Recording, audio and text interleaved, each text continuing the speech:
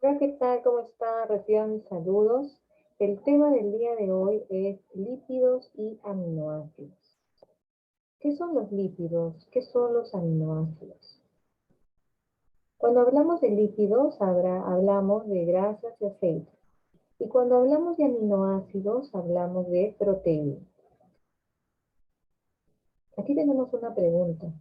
¿Qué significa tener el colesterol alto? ¿No? En primer lugar, ¿qué cosa es el colesterol? Esta es una sustancia serosa presente en la sangre.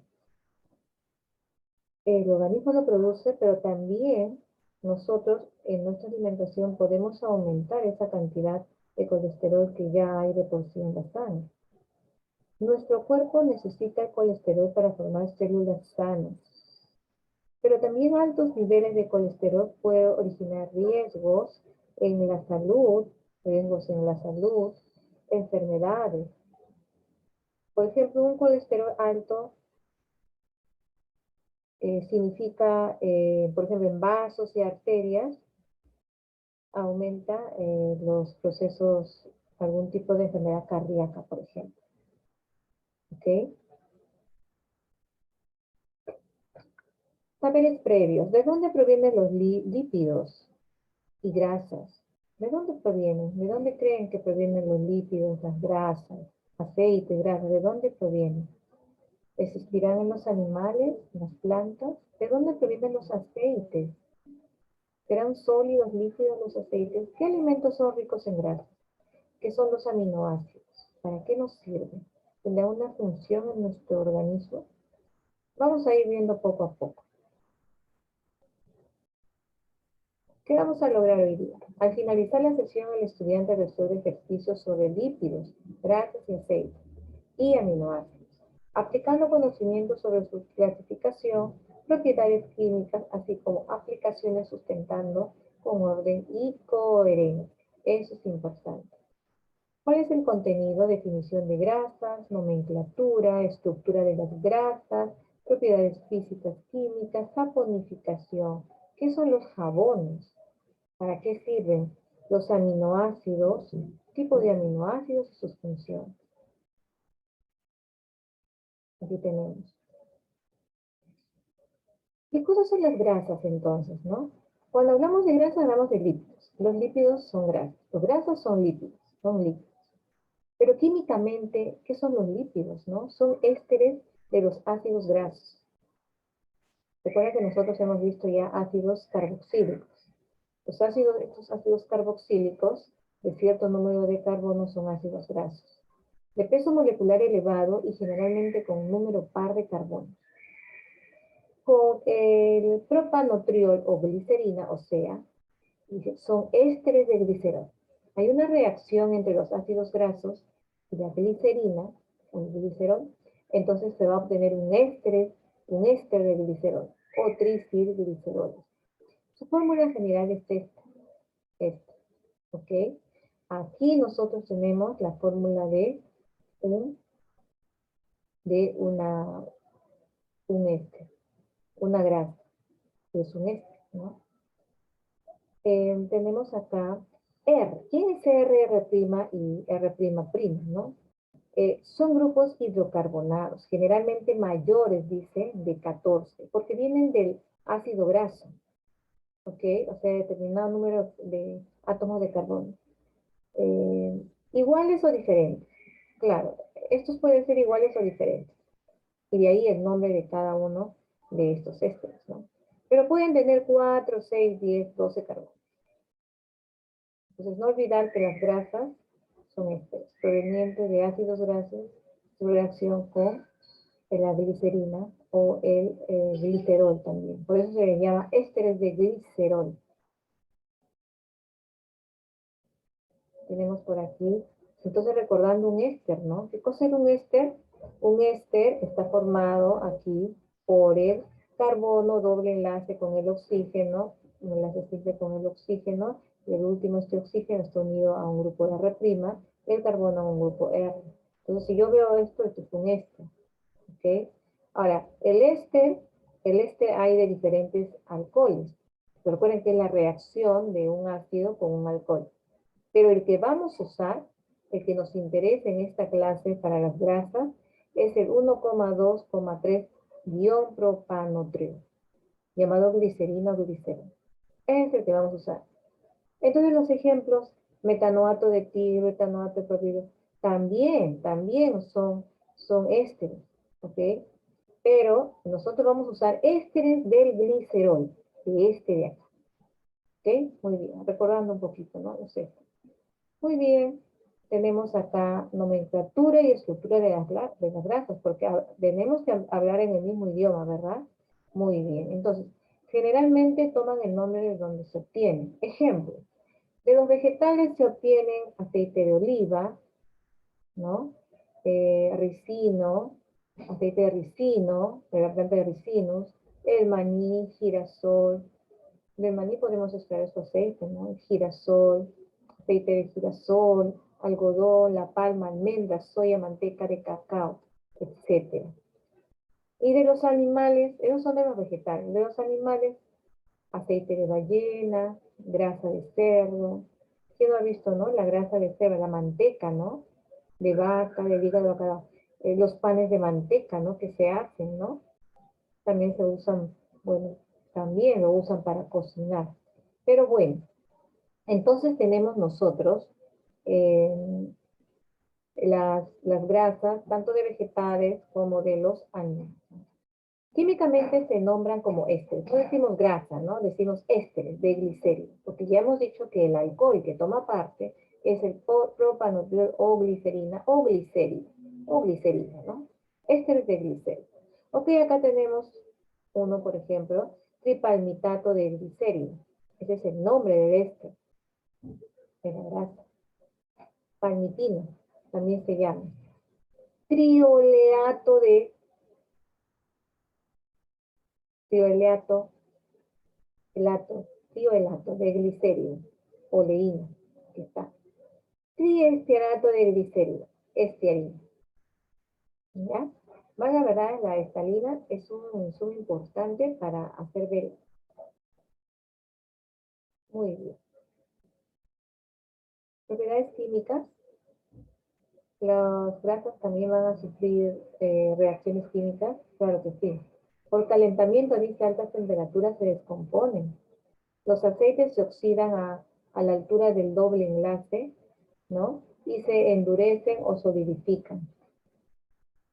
¿Ok? Entonces sí hay cambios. Por ejemplo, hidrogenación de aceites, ¿no? El aceite es un lípido, ¿no? Consiste en adicionar hidrógenos, dice hidrogenación, con hidrógenos, a los enlaces etilénicos de los radicales ácidos que constituyen el aceite, en presencia de níquel, platino o paladio, que son los catalizadores, obteniéndose una grasa sólida. Una grasa sólida. Debe evitarse la hidrogenación completa para evitar productos duros y quebradizos. ¿Ok? Muy bien, hay que tener un límite durante la hidrogenación. Entonces, por ejemplo, acá tenemos, ¿no? Ahí está. El trioleato de glicérido, ¿no? Es el éster, o también llamado oleína o el aceite, ¿no? Que es con catalizador níquel. Entonces va a formar por hidrogenación triesterato de glicérido, la estiarina, la grasa sólida. ¿Ok? O sea que el aceite líquido está pasando a grasa sólida por hidrogenación. O sea, un éster líquido está pasando una grasa líquida, está pasando una grasa sólida por hidrogenación con un catalizador como el níquel. Muy bien, ¿qué más? ¿Qué más? Desdoblamiento de grasas. ¿Cómo así se produce eso? Ahí. En una reacción de hidrólisis, ¿no? El desdoblamiento es una reacción de hidrólisis, obteniéndose ácidos iguales o diferentes de la glicerina, ¿no? Por ejemplo, yo tengo la grasa o lípido y esto yo lo someto a hidrólisis, ¿sí? Hidrólisis. Entonces se desdobla en la materia prima, digamos, para obtener la grasa, ¿no? En el ácido y el glicerol. Porque usamos glicerol y ácido para obtener la grasa, o el éster, ¿no? pero ahora se desdobla en ácido y en glicerol. Por hidrólisis alcalina, saponificación. Este proceso de saponificación es muy antiguo, muy usado, pues, para obtener los jabones, ¿no? Distintos tipos de jabones. Se obtienen jabones y glicerol. En un proceso de saponificación de una grasa, se obtienen distintos tipos de, bueno, se obtienen jabones, ¿no? Y ahí la diferenciación de uno u otro por ciertos insumos que se le coloque al jabón. Bien, obtención de las grasas. Bueno, entonces ya habíamos dicho porque que estas grasas son ésteres, entonces se encuentran en forma natural, o sea, en forma natural se encuentran grasas, ¿no? En animales y vegetales, como grasa corporal. Todos tenemos grasa corporal, en el tejido adiposo o como sustancia de reserva de donde se extrae con solventes orgánicos. El vegetal o animal elabora los lípidos por procesos metabólicos de esterificación. O sea, hay una reacción metabólica de esterificación dentro del vegetal o animal, sí. Y elabora lípidos, sí. O sea, se genera grasa, sí. El ácido más glicerina me va a dar la grasa, o sea, el éster más 3 moléculas de grasa. Ejemplo, ácido estiárico. El ácido estiárico es un ácido carboxílico, ¿no? Con el glicerol, que es el 1,2,3 propanotriol, con glicerina, entonces me va a dar el triesterato de glicérido porque es de glicerina, y más 3 moléculas de agua. Como la glicerina, o el 1,2,3 ion propanotriol, tiene 3 grupos OH, por cada uno de estos grupos se necesita un ácido, en total 3. Por eso decimos triesterato de glicérido. Función biológica de los lípidos o grasas, o sea, van a tener, pues, lípidos, estos lípidos o grasas van a tener una función dentro del organismo, o, por ejemplo, en los mamíferos sirve como fuente de energía química, ¿ya? Nos provee energía para realizar en el día a día nuestros procesos vitales. Y cuando se metabolizan los lípidos o grasas, se obtiene CO2 y agua, produciendo más del doble, dice, de kilocalorías por gramo que carbohidratos o las proteínas. Las grasas o lípidos es la mayor fuente de energía que se tiene. Tenemos acá los usos, ¿no? En la alimentación, por ejemplo, tenemos el aceite de maní, aceite de oliva, aceite de linaza, girasol, aceite de oliva muy recomendado también para la salud. Tenemos que también se utiliza el aceite de linaza, aceites secantes, ¿ya? También tenemos, ¿qué son los aceites secantes? Son aceites que cuando están expuestos al medio ambiente forman una capita dura. Y no es un aceite que se seque, ¿no? Por evaporación de agua, no. Solamente que está sometido a un proceso de autooxidación y el aceite pues forma una capita dura, ¿no? Ok, acá tenemos el aceite de linaza, aceite de semilla de amapola también, de nogal.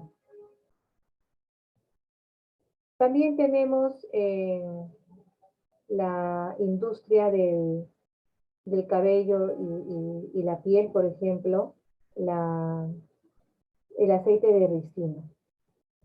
El aceite de ricino pues se utiliza bastante también en este tipo de industria. ¿Por qué? Porque dice que tiene propiedades para la piel, también antiinflamatorio, antibacteriano, también lo usan como laxante, el aceite de ricino, ¿no? ¿De dónde proviene? De las plantas ricinos. Esto es originario de las áreas tropicales de África y Asia. ¿Ok? Muy bien. Listo. Vamos a ver por acá. En productos terapéuticos también pues se usa aceite de ricino, el hígado de bacalao, manteca de cacao, ¿no? La manteca de cacao, por ejemplo, cuando hemos viajado y los labios se nos han rajado, ¿no? Por la zona fría, cambio de temperatura, se produce esto físicamente, entonces uno usa la manteca de cacao para suavizar la piel, ¿ok? Acá tenemos el aceite de maní y así, ¿ok? Bueno, algunas figuras que ilustran el contenido. Tenemos también la saponificación. Esta es una parte muy interesante porque es un proceso pues de limpieza, ¿no? Se usan los jabones. ¿Y qué son los jabones? Los jabones son sales metálicas de ácidos grasos. Generalmente los ácidos grasos para jabones se usan a ácidos grasos de 10 a 18 átomos de carbono. Promedio. Por ejemplo, básicamente ácido palmítico, estiárico y oleico. Los metales usados son sodio, potasio para la saponificación. Las sales de calcio y magnesio son insolubles en el agua. Ok, por eso no se utiliza, se usa sodio y potasio. Ya, la materia prima para los jabones, entonces, en resumen, son las grasas o los sebos, ¿no? En algún momento creo que esto quizá la mayoría lo ha hecho porque en los colegios nos han tocado hacer preparaciones, nos ha tocado hacer una experiencia práctica y hemos elaborado jabón, ¿no? Un poco de sebo hemos conseguido en el mercado.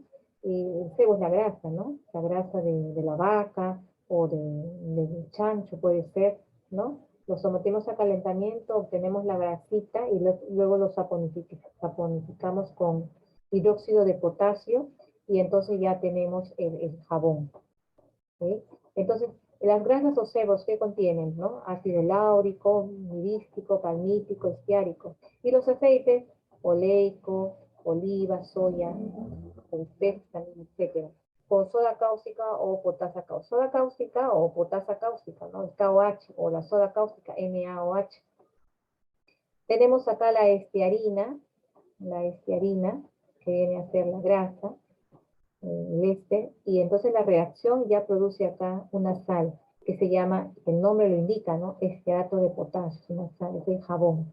Más el glicerol, se desprende la glicerina. Ya, acá hay una diferenciación, vamos a ver acá. Dice, cuando el metal es sodio, ¿ok? Cuando el metal es sodio y el ácido es saturado, se obtiene jabones duros.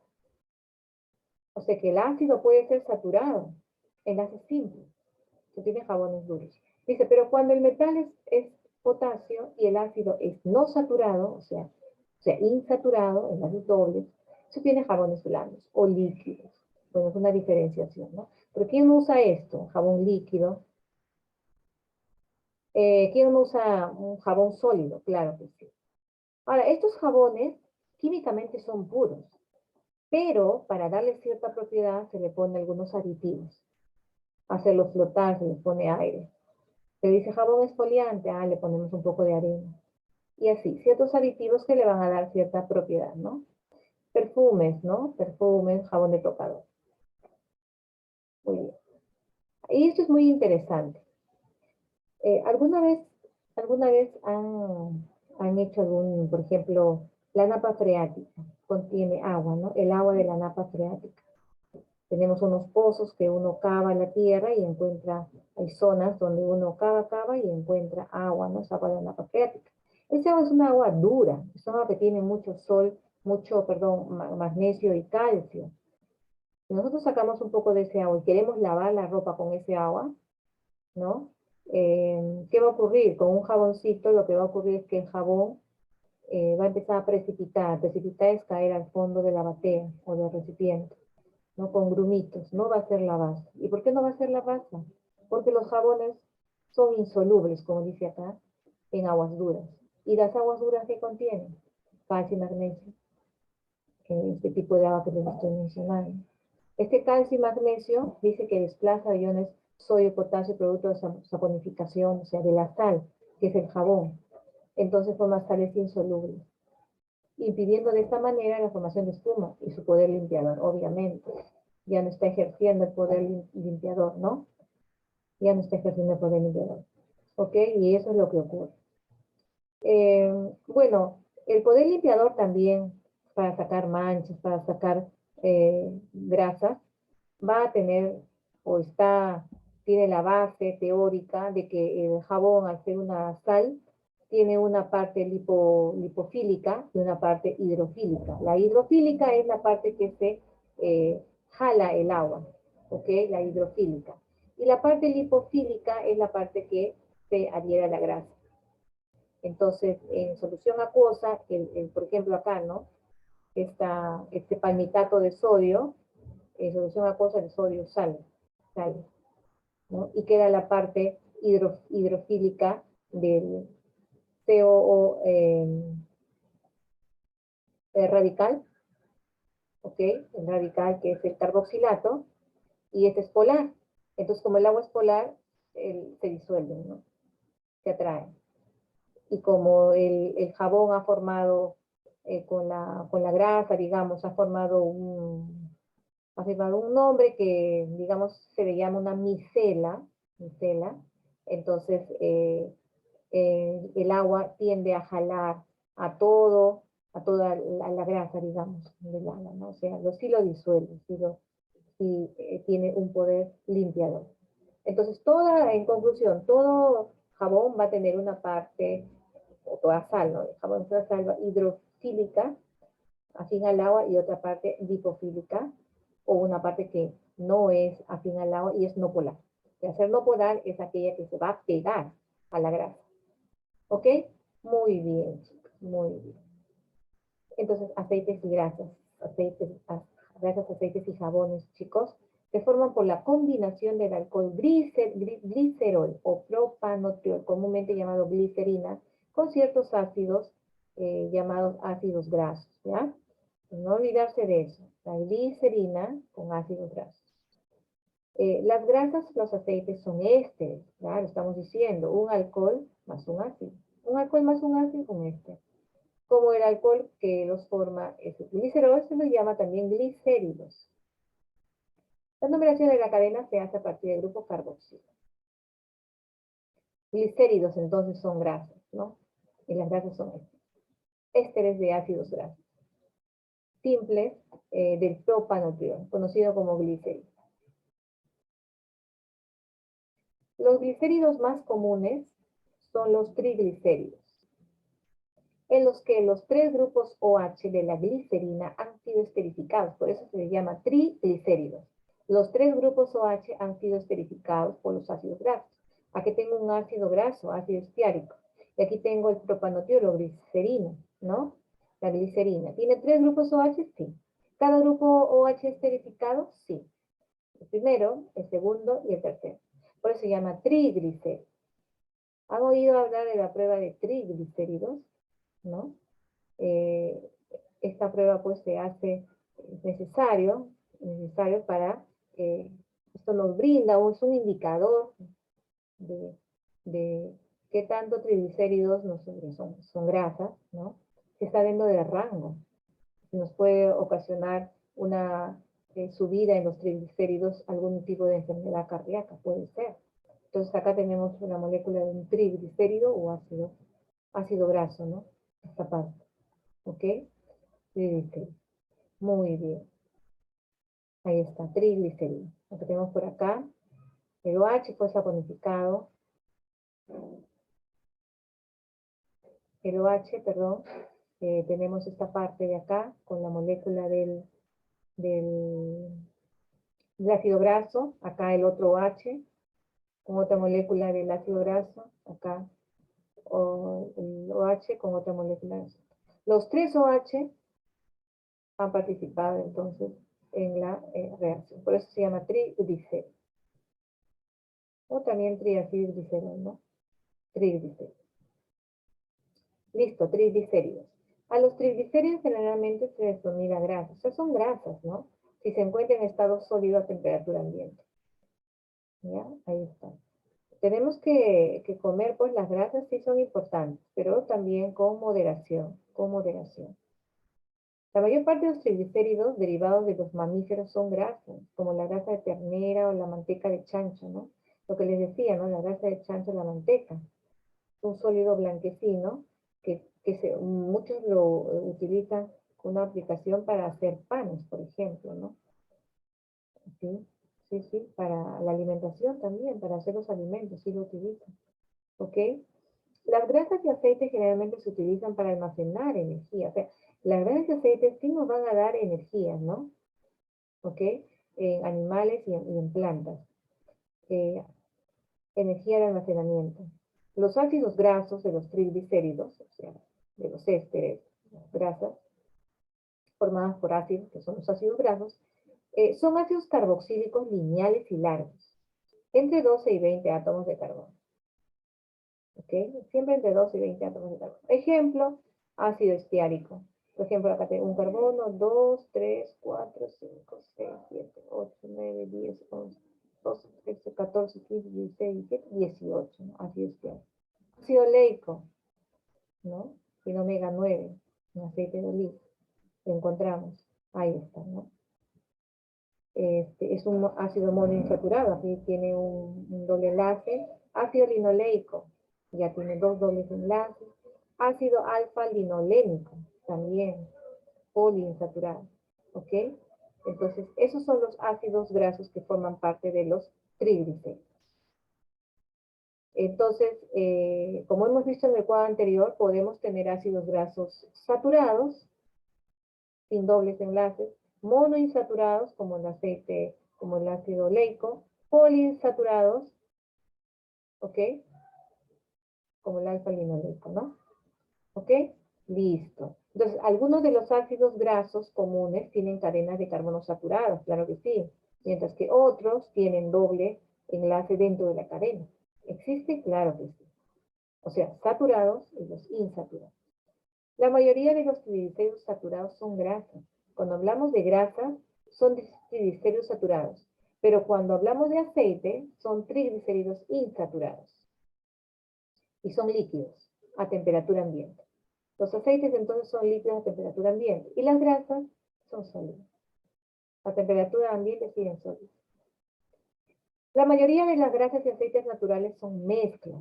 O sea, normalmente en las grasas y aceites naturales vamos a encontrar mezclas de triglicéridos. Quizá no puros, sino mezclas. Tenemos ahí ácidos grasos saturados e insaturados. En general, los aceites de las plantas y de los animales de la sangre fría contienen más insaturaciones que las de los animales de sangre caliente, ¿no? ¿Qué son animales de sangre fría, sangre caliente? Bueno, eso básicamente se basa en cómo los animales controlan su temperatura corporal, ¿no?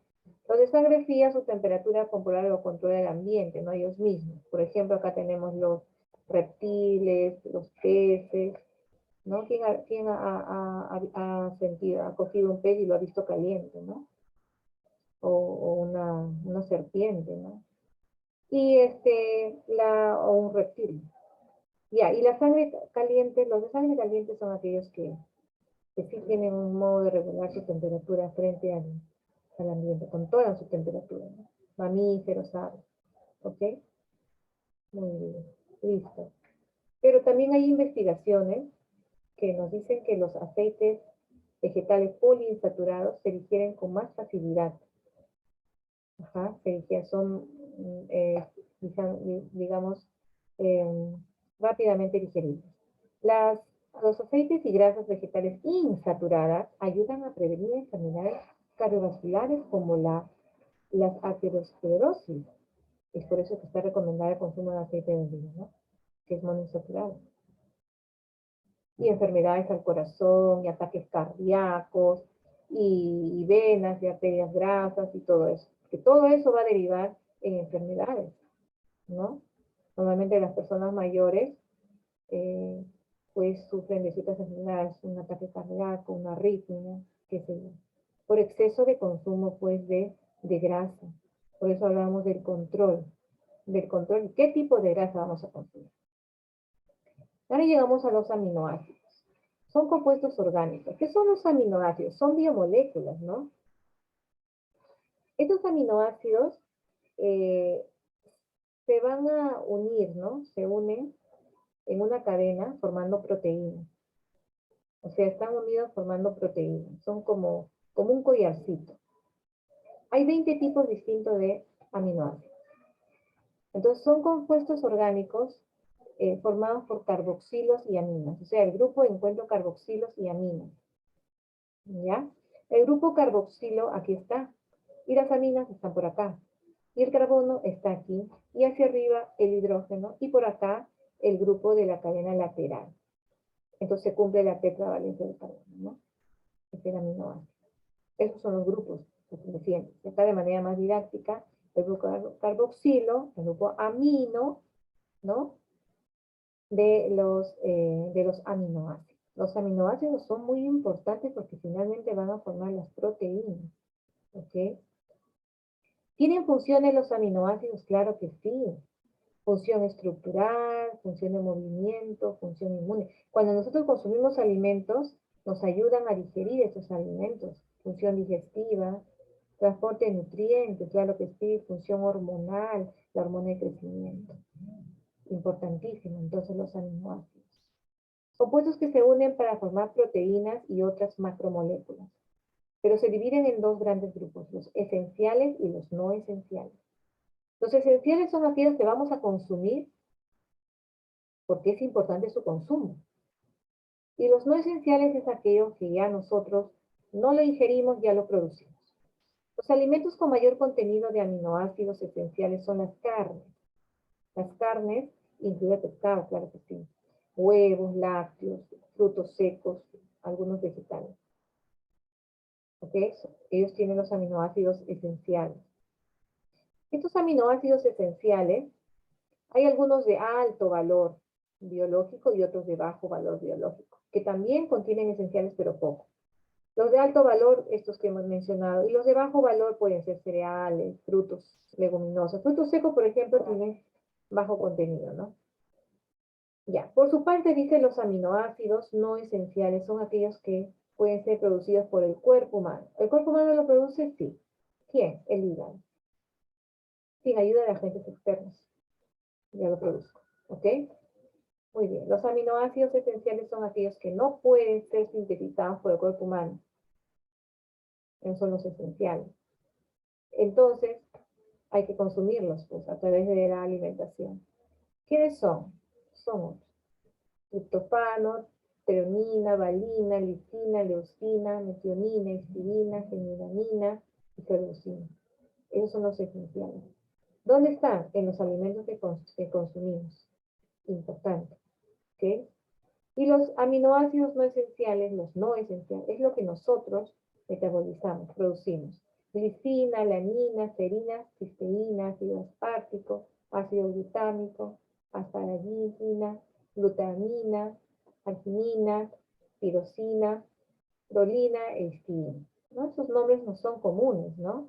Aquí, por ejemplo, tenemos la lista de aminoácidos y siempre el grupo carboxilo y el amino. Grupo carboxilo y el amino. Grupo carboxilo y el amino. Y así, todos. ¿Ok? Muy bien. Bueno, los aminoácidos habíamos dicho y habíamos mencionado que tienen funciones importantes en el organismo. Por ejemplo, regula el ciclo del sueño y la vigilia, sintetiza hormonas, síntesis de proteínas musculares, mejora la circulación de oxígeno en los músculos, regula la actividad cerebral, los neurotransmisores, produce y almacena energía, para producir y almacenar energía, los aminoácidos, bueno, los esenciales ya los hemos mencionado, los aminoácidos. Finalmente aquí tenemos los 20 tipos de aminoácidos importantes, ¿ok? Que tenemos que, bueno, aquellos que nosotros producimos y también que se producen y aquellos que hay que consumir. Muy bien, por ejemplo, acá la alanina, ¿no? La alanina es un aminoácido no esencial, importante para el ser humano. Después de la glicina, ¿ok? Es el aminoácido más pequeño, esta es la glicina. Después de la glicina, ¿ok? Tiene dos isómeros, esta alanina, el L-alanina y D-alanina. Se capta en el hígado y ahí se metaboliza perdiendo al grupo amino hasta formar piruvato, que se transformará o se va a transformar en glucosa por el proceso de glucógenesis. y la glucosa ya hará todas sus funciones en el organismo. Después tenemos la leucina. Acá está la leucina. Este es aminoácido esencial. ¿Ya? Este es uno de los 3 aminoácidos ramificados, porque hay otros, como la valina, ¿ok? La valina, aquí está la valina, este es un ramificado, y la isoleucina, también la isoleucina es acá está su costadito, ¿ya? La leucina pues se encarga del aumento de la masa muscular, muy recomendado para los deportistas. Está en el huevo, las legumbres, habas, garbanzos, lentejas. Bueno, y la valina, aquí está la valina, que también es aminoácido esencial, forma parte importante del tejido corporal. Fuentes en plátano, frutos rojos, chocolate. Muy bien, y así ustedes pueden investigar un poquito de cada uno de estos aminoácidos que desde ya es importante para la formación de proteínas. Muy bien, chicos, esto ha sido todo por hoy. Hemos visto los lípidos y los aminoácidos. Muy bien, muchas gracias.